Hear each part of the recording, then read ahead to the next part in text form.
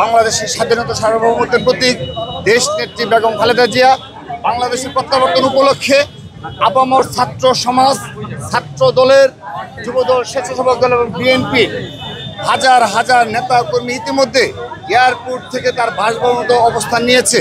আমরা সুশৃঙ্খলভাবে এবং আমাদের সাধারণ জনগণের যানবাহন চলাচলের জন্য কোনো সমস্যা না হয় সেজন্য আমরা সকাল থেকেই তদারকি করছি।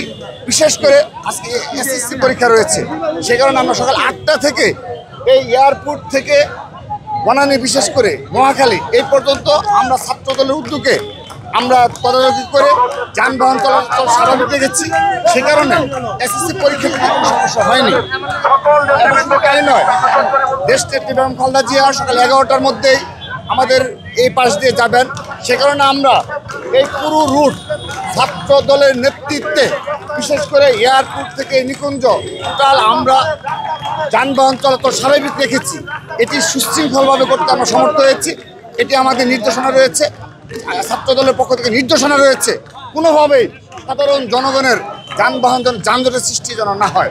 অর্থাৎ দেশ নেত্রীকে বেগম খালেদা জিয়াকে আমরা যেভাবে আনন্দ উচ্ছ্বাস সহকারে আমরা দেশ নেত্রী বেগম খালেদা জিয়ার আগমন উপলক্ষে আমরা যেভাবে আনন্দ উল্লাস সহকারে তাকে বরণ করছি, ঠিক একইভাবে সাধারণ জনগণের যেন কষ্ট না হয় সেই দিকটি আমরা লক্ষ্য রাখি। তিনি বাংলাদেশ ত্যাগ করেননি, বাংলাদেশের মাটিকে, বাংলাদেশের জনগণকে তিনি কখনো ত্যাগ করে বিদেশে যাওয়ার জন্য সামান্যতম ইচ্ছা প্রকাশ করেননি।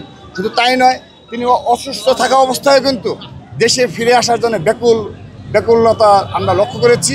এবং আজকে আমাদের সেই সুদিন শুভক্ষণ, যেখানে আমরা আমাদের এই বাংলাদেশের আপসী নেত্রীকে বরণ করতে পারবো, তাকে একটা দেখতে পারবে। এর জন্য লক্ষ লক্ষ সাধারণ জনতা আজকে ঢাকার রাজপথে অবস্থান করছে।